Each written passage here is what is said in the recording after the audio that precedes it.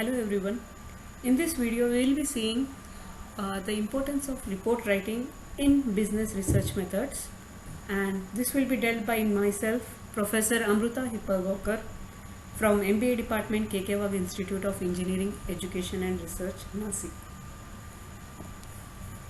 Before moving to the topic, let's look on to the learning objectives of this particular topic. That is, the basic learning objectives of this topic is to understand the basic objectives behind writing a research report. That is why we need to write a research report, right?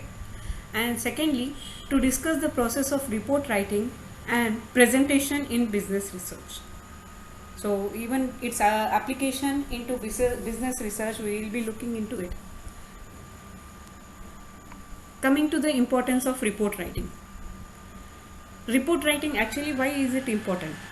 So as you see, once we complete the research study and after obtaining the research results, the real skill of the researcher lies in terms of analyzing and interpreting the findings and linking them with the propositions formulated in the form of research hypothesis at the beginning of the study, right?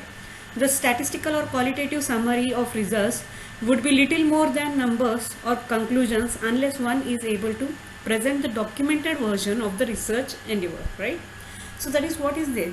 So a business particular research, if they have done it, it need to be documented properly. As we say, every effort need to be documented properly so that they can analyze and understand how the particular research has been carried out, right? So that is the basic importance of report writing.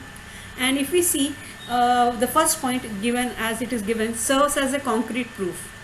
The research report fulfills the historical task of serving as a concrete proof of the study that was undertaken. So this serves the purpose of providing a framework for any work that can be conducted in the same or related areas.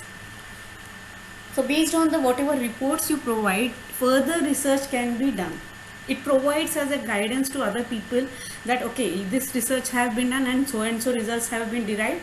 So you can go ahead with, if you have any other things in your brain, so you can go with other points, right? So similarly, it serves as a concrete proof. Second point, one-way communication of the researcher's study. So what happens is, like, it is a complete detailed report of the research study undertaken by the researcher. So thus it needs to be presented in a comprehensive and objective manner. As this is a one-way communication, right? Analysis to the reader or manager or any person, right? And thus needs to be all inclusive and yet neutral in its reporting. Whenever you are trying to go for a report writing, you need to be neutral while you are trying to report your findings. So this is very important. As we say, one-way communication of the researcher study is that you need to provide comprehensive and detailed aspects covered by your research topic, right? And the third point here comes is the academic purpose and business managers. So as we see, that is for academic purpose also this particular report writing is used. As we see, MBA students, while they are doing summer internship projects and dissertation projects, they go with the report writing formats, or even they can go with their day-to-day assignments given by the faculties, right? So even there, if you see, that is the recorded document presents a knowledge base on the topic under study. And for the business managers, if you see, it seeks the help in taking more informed decisions. So the report provides the necessary guidance for taking appropriate action. And if you see in business, it's a great application, because based on this research reports, the managers try to take the decisions. So it forms the base for business managers to take a decision or appropriate actions based on the reports provided. So that is why it need to be documented very properly so that it can give right information to the decision makers. The last point is the authenticate the quality of work. As the report documents all the steps followed and the analysis carried out, it also serves to authenticate the quality of the work carried out and establishes the strength of the findings obtained. So even it tries to authenticate the quality of work. Once you try to see, that is, if you do a particular work where some innovations have done or where some outcomes have been derived, right? So it even represents the quality of work. So that is why they say, researchers, they say why you need to be like very detailed research is required, so that some conclusion need to be derived, and which will be different, and which can be that is, it represents some quality, right? So that is why it is very important. For example, we can take many of the research we have discussed in the earlier sections of our videos. That is, for example, if you are trying to find out the psychology of managers when they are paid in different sections, right? When they are paid very less, when they are paid huge. So, right, if some quality of output is derived from that, it will help for many companies to find out how they can go ahead with the particular salary structure, and how they can see the employee satisfaction levels. So all these things help a lot when we say that report writing. Okay. Coming to the next topic of the research report is that there are types of research reports. That is, the form and structure of the research report might change according to the purpose for which it has been designed. So based on the size of the report, it is possible to divide the report into the following types, whatever have been mentioned in the video. You guys can see it. The first one is the brief reports. So these kinds of reports are not formally structured and are generally short, sometimes not running more than 4 to 5 pages. So even you can see that is brief reports. It's try to give the brief idea of what exactly the particular research has been carried out. So or it includes the information which is provided in a limited scope and prepared either for immediate consumption or for the future things, right? So these reports could be designed in several ways. For example, basic reports, survey reports, everything come under this particular brief reports. So where if you do a little survey, even the best application of brief reports can be a marketing survey conducted by a company, right? If you see, go to the big bazaar and you will find particular person is standing and he's trying to sell the particular brand of his tea or anything, coffee. So he's trying to get the report, get the information from the customers, right? Randomly he's choosing the customers and he's trying to get the information, right? He has been asked to take the information from the customers. So while he is taking the information, he has to prepare a brief report of what exactly has been done. So brief reports can include day-to-day reports also. So this includes the brief reports. Coming to the second one is the detailed reports.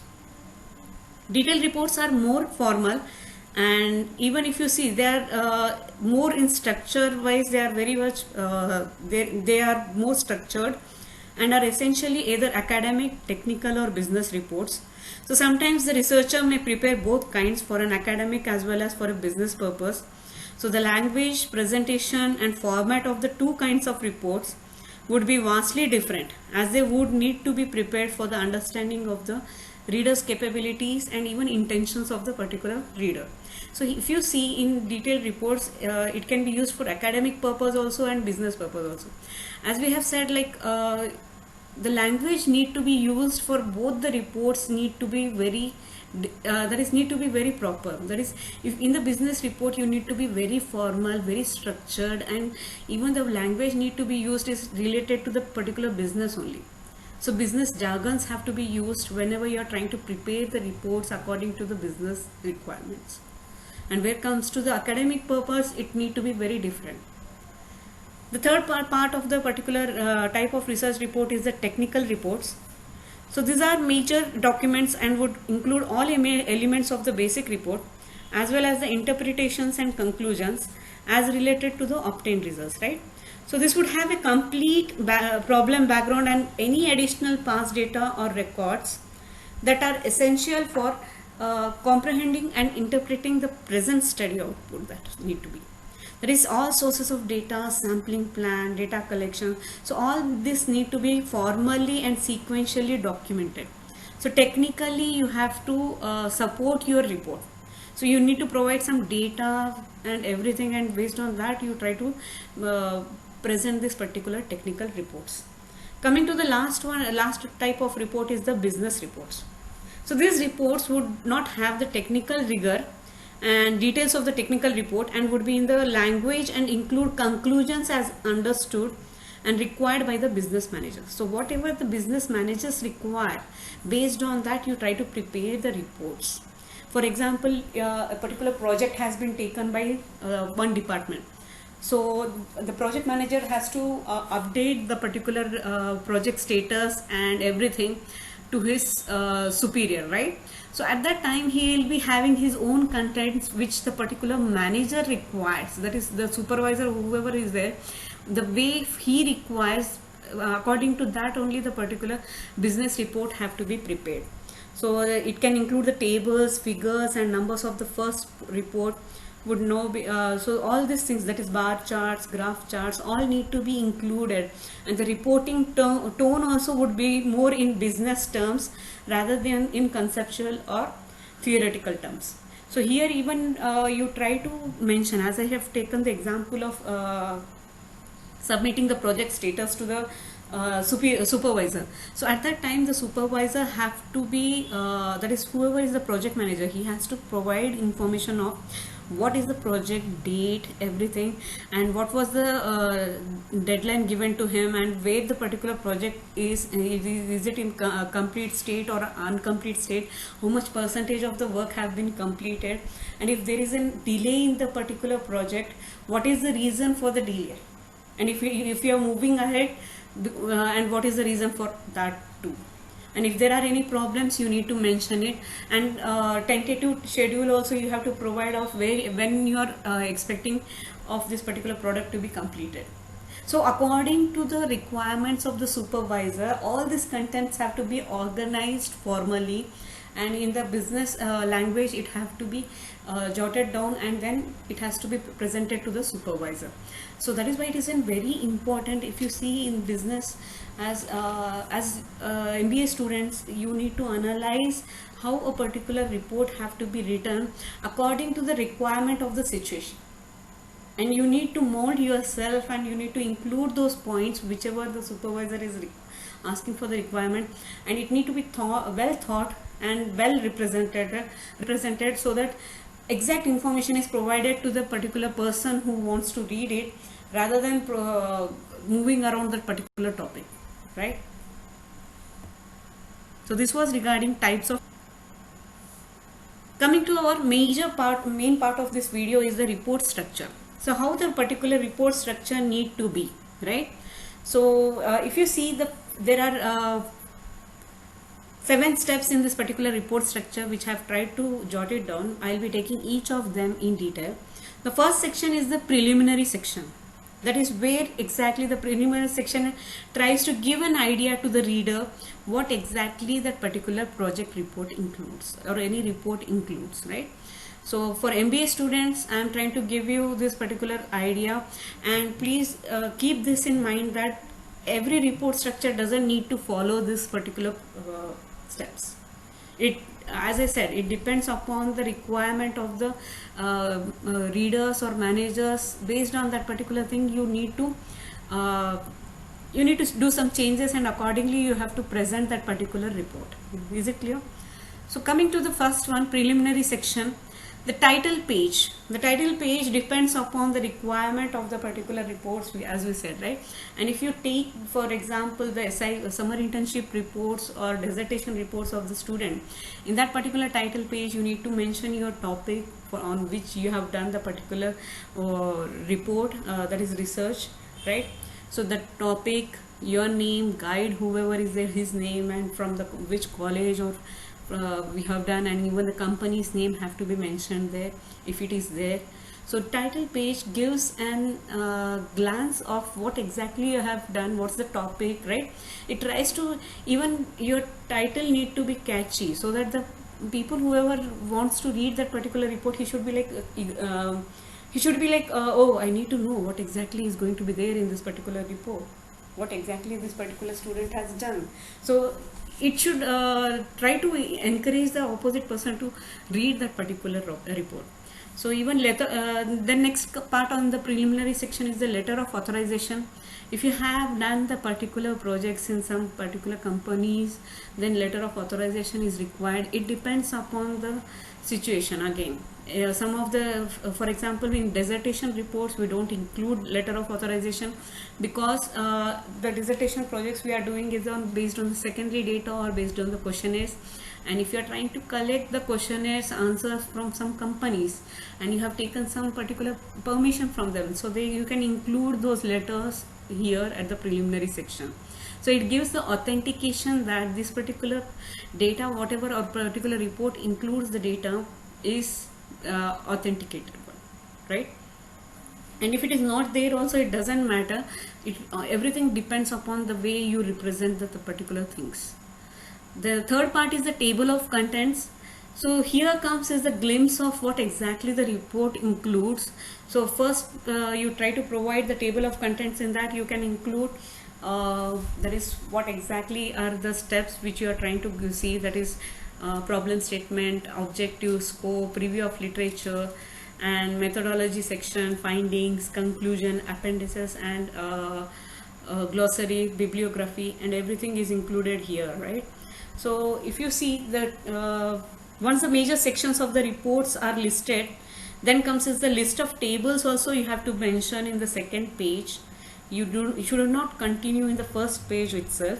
So second page should consist of list of tables, followed by the list of figures and graphs, exhibits, and finally the list of appendices. So if any are there, you have to mention all these things in the table of contents with proper numbering and proper title of that particular graphs or figures.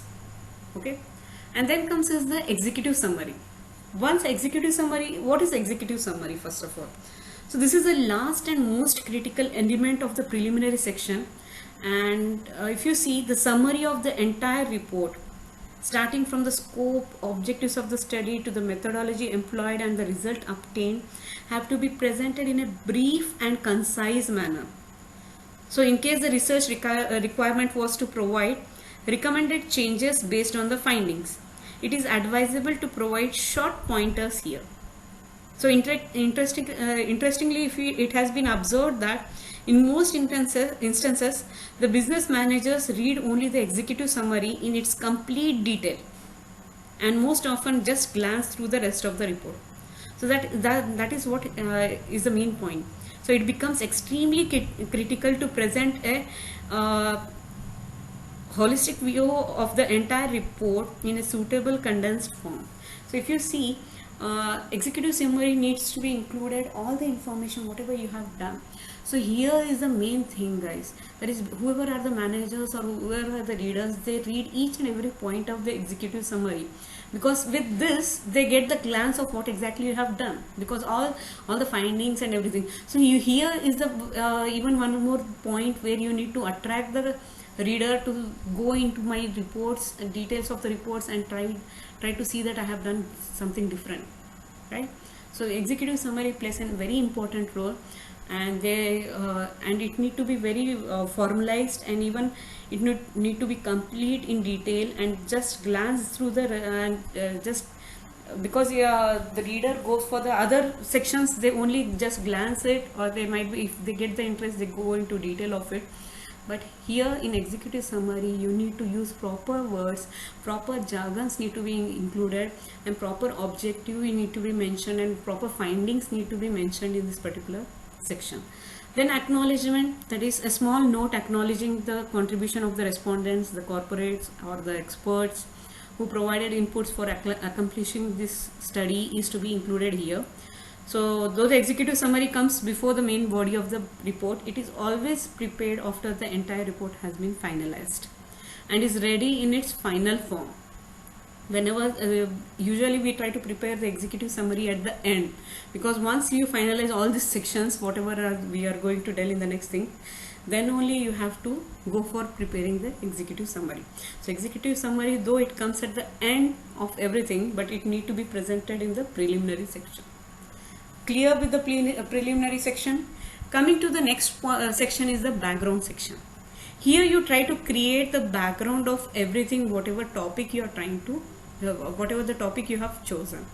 So problem statement, study introduction, that is problem statement, you are trying to find out what exactly the problem.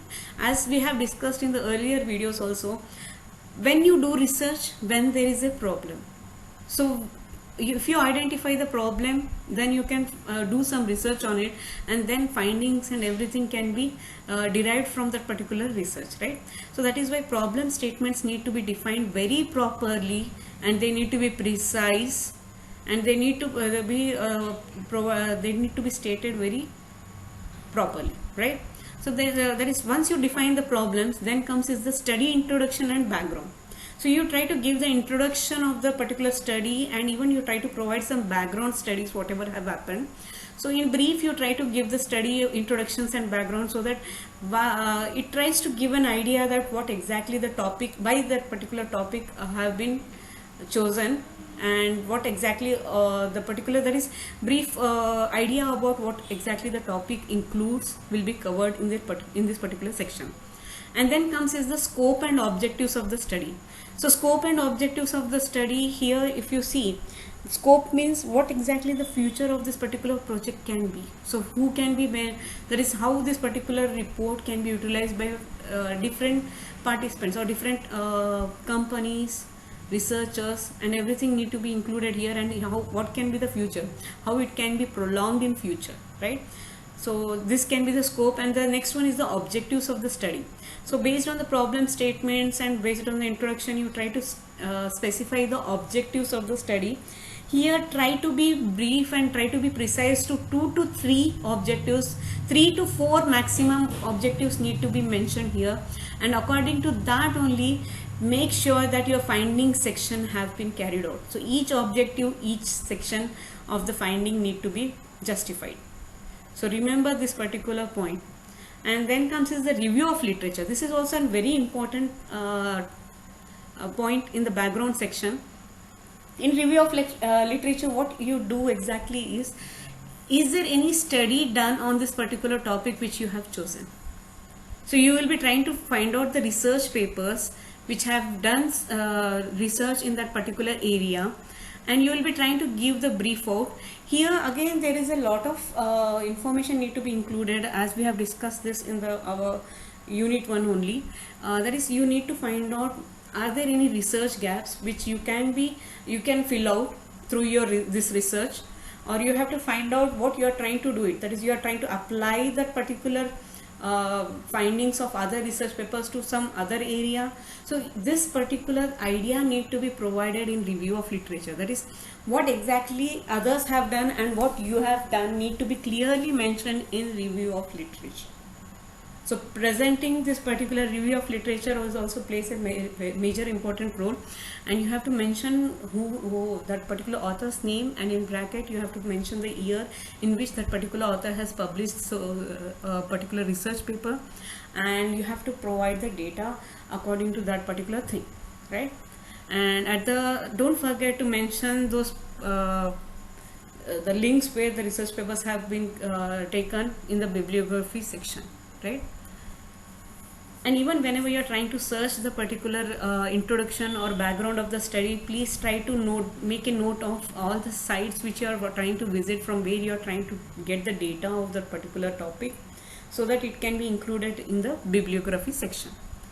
The third step is the methodology section. That is, here comes is the research design. That is, are you going to use exploratory research design, descriptive research design, conclusive, which type of research design you are going to choose for your particular research have to be mentioned properly. All these types of research design have been completed in our earlier sections. So even you have to find out which research design is suitable for your particular research. And then comes is the sampling design, which sampling design you are trying to use, probability sampling or non-probability sampling, and based on that, which tools are you going to use in samples, are you going to use samples, so which sample you are going to use. Even all these types have been discussed in our earlier lessons, which sampling designs we use. So based on the probability sampling, non-probability sampling. And then comes is the data collection. So are you that is, which methodology did you follow in collecting the data? primary data or secondary data. If it is primary data, through questionnaires, through surveys, so how did you collect the data? And if it is secondary data, then secondary data means you are trying to collect from some net, so you have to provide the resources or provide the information from where you have collected the secondary data. It is very important to provide authenticated sites information so that it supports your data collection procedures. Please keep this in mind. And then comes is the data analysis. So you've got data analysis, that is whatever data you have collected, whatever based on the research design you have selected, based on the sample design you have selected, you need to analyze the data very properly. So that is what exactly have been derived and what exactly have been given by the, for example, if you are using questionnaires, so each question how the particular respondent has answered, so you are trying to represent with the help of the bar charts, graphs and everything. And if you have collected based on the secondary data, so even there also you try to collect some information. For example, you will be doing the case study analysis, so you will be collecting some company's information, so you're going in depth of it, trying to find out how the problem was and how to solve this particular problem and how effective it was. So all these things can be included in data analysis part. And as I said, in data analysis section you need to provide the data according to your objectives format. So first objective, if it was related to doing in-depth analysis of that particular topic, then that need to be included. And if the second part was case study analysis, then you have to include, that is second objective was case study analysis, then you need to include second part of data analysis as what data analysis have been done according to the particular case study, right? So everything need to be clearly followed. There should be link between all these things. If you break the link, it is observed that you have not properly followed the particular report structure format. And it is said that you need to follow the report structure format. Even format can change, but the flow should be there, and exactly it need to be represented what have been discussed in the earlier section. So objectives, if you have mentioned 3 objectives in data analysis part, there should be 3 sections related to each objective which should justify your particular flow. Yeah. Then comes the fourth step is the finding section. That is whatever results are there, whatever interpretation you have been derived, you try to present it here in finding sections. That is whatever are the major findings you have tried to derive from your data, whatever you have been collected, and whatever findings you have been found have to be represented very properly in a stepwise manner, in a point-wise manner in the finding section, so that it provides information to the reader that what findings can be included in that particular area. And then comes is the conclusion section. Here you can include conclusions and recommendations, and the limitations of the study can be dealt here also, or even the background section also it can be dealt. But here we have taken here, so it as I said, the report structure can vary, but here it is given in the conclusion section. So conclusion section should be your opinion, what exactly you have observed after doing so much of research, so you are trying to conclude here. So it's the researcher's idea now here have to be presented in a very niceful way, where particular information need to be joined. And remember students, all these particular sections have to be covered in your own words. Try not to copy and paste, go with your own language. See, by using your abilities, try to frame the sentences, take the help of your guide, and conclusions and recommendations, you try to frame it, right? You need to do a lot of editing part have to be done at every stage, because everything can't be done at a first stage only. So based on the findings, again you go and edit the things. And once you go with the conclusions and then recommendations, if there are any suggestions from your side that okay, if the particular process have been followed in such so and so way, it could have provided more better results than whatever the particular present situation is carrying out. So all these things, suggestions can be included. Even the suggestions have to be point wise, and it is suggested that don't go for more than 3 to 4 suggestions, because it is seen that we are students, right? I'm telling in the point of view of the student. So as a student, you need to include points whichever are which justify your suggestions, that only you need to include in the recommendations part. right? So conclusion section is done. So after conclusion section is done, you have to go for the executive summary. Prepare the executive summary, what all have been done and what all have been derived from your particular research, and that need to be included. Then comes is the appendices part. If you have remember one thing, if you are using primary data as a questionnaire, so include some of the respondents sample in this particular appendices, and even if any the table are there which are very large, you can include here, and you can refer that in the particular finding session, that is wherever you're using it, data analysis part, you can refer the particular appendices number. Numbering is very important. Please follow the numbering order properly and please label them properly. It is very important. And then the glossary, if any words have been used technically which some of the people don't come to know, right? If an outsider person he is reading the particular report for the first time, he need to understand some of the topics which have been used, which can be understood by him. So glossary can be included. So it is like an option to the particular person. And then comes to the last one is the bibliography. In bibliography, if you see, we try to follow some formats. For example, APA format is a which is called as the American Psychological Association, so or the Harvard method of citation for preparing this particular bibliography section. So this is an important part of the final section as it provides the complete details of the information sources, and even papers are cited in a standardized format, and it is recommended that every person should follow the APA style of representing the particular bibliography. So it is very important that is bibliography should be properly followed but through the APA style of the thing.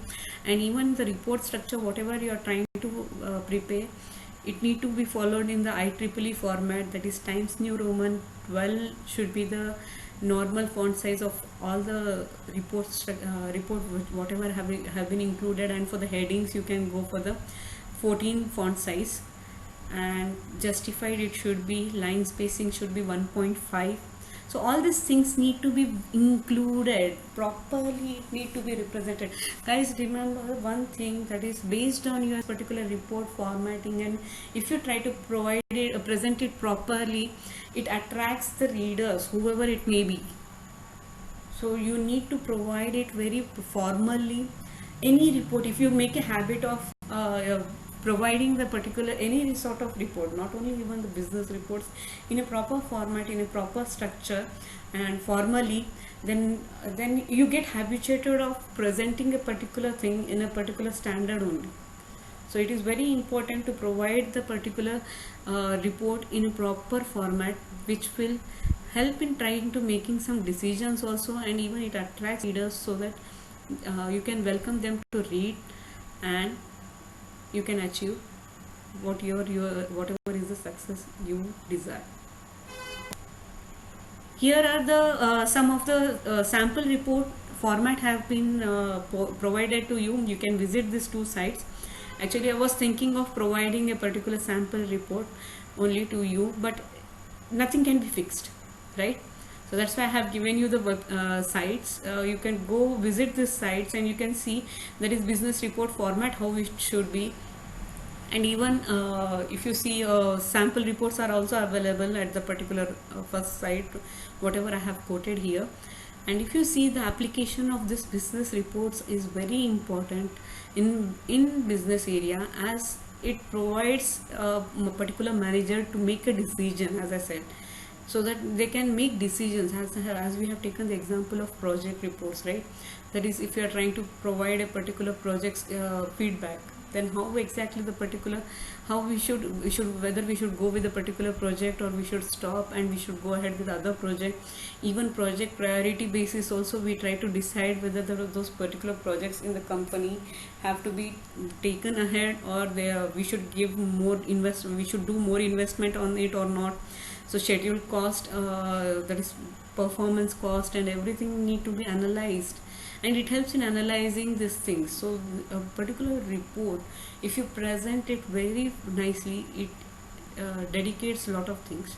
So that is why it is very important in business or in the management era, that is, reporting standards should be very properly followed, and it need to be properly aligned according to the requirements and according to the situations. Thank you.